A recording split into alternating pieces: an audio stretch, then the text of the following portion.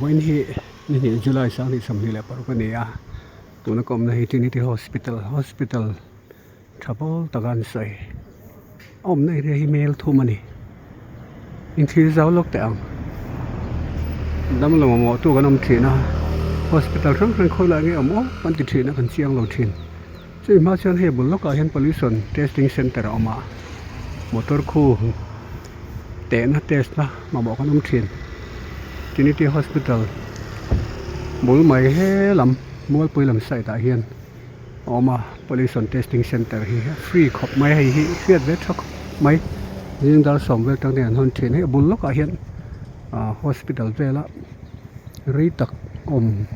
rem chang lo kar khathalum lai lok kal lengai si te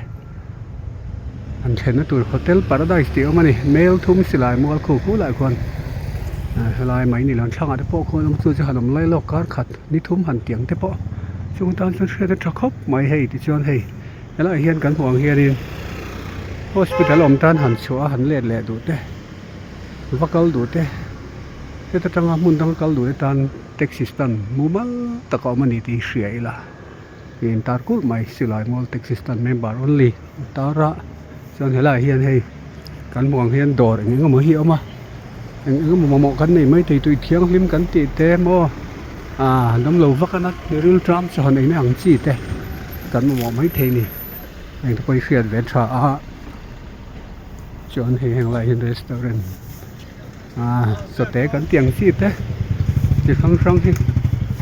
ma dor hi tam lo ma se tang ka lu tu kheng dor hi mo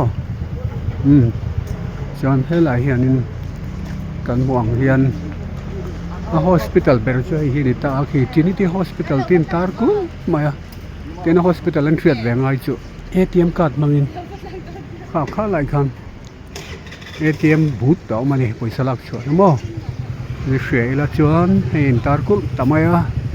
engeng siak o kan chian seng lawang clinical department diagnostic service laboratory service mo ti te chon ti khian kan mu om na hi fian riala thak hop maya doctor thiam tak tak rin lar thin ani khamo hela hian dam doi lam tu tan hospital compound chung a hian ti te hian han lo mai hian ding lama dam doi lam na ma eng lai paden honga o ti kan muang hi ne mai hei ambulance oma es bakeri oma lo thuk lo te kan man thiam mai ka ring in khi zau zel te ang kan thiat ve tur chu so em khan hotel han tiang chi chan ei mai na te hi kan mo thina cafe kan tiang chi te tin khwal bu kan tiang chi te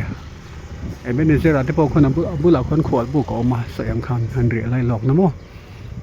tiang khan ngai thina ni jerem sia te pom ten zam pui ma cafe mel thum silai mol eng tei trang kai ni mo in tur han lam nan te restaurant te po ma ki RZ minima den homestay ti poi mo nia RPS restaurant ti te poi mo lu tuk tiang dor lo am hi poi mo mani hei restaurant poi nang lawa hi lemin he lai te heng chi han ke du kan ti pon ti lai hian restaurant sai na salam na om le tu ma in pui sui to ne Trinity hospital hi ngen om phei khia to so la mai kal chon mol long thu wal ngau lung lei ro tai kalanga mo chon hela mani chon so main junction khania Trinity hospital tang hi nain ther kwal chuk mai ni hospital tang so la mol pui kal na oma en kanung lam hi lung lei ro ni le alai ta kai tlan chau kian mail thum sai khamakon etc mo khang te kha mi pui beng par nan ta lang ve sim ni voi ni July sang ni som ni paru kan so em khan Trinity hospital le chevel mun ma om dan chon hei lai mien thu thap ma hei lai tei tang kai u le nau thian te han chol a dam nan ain nga nan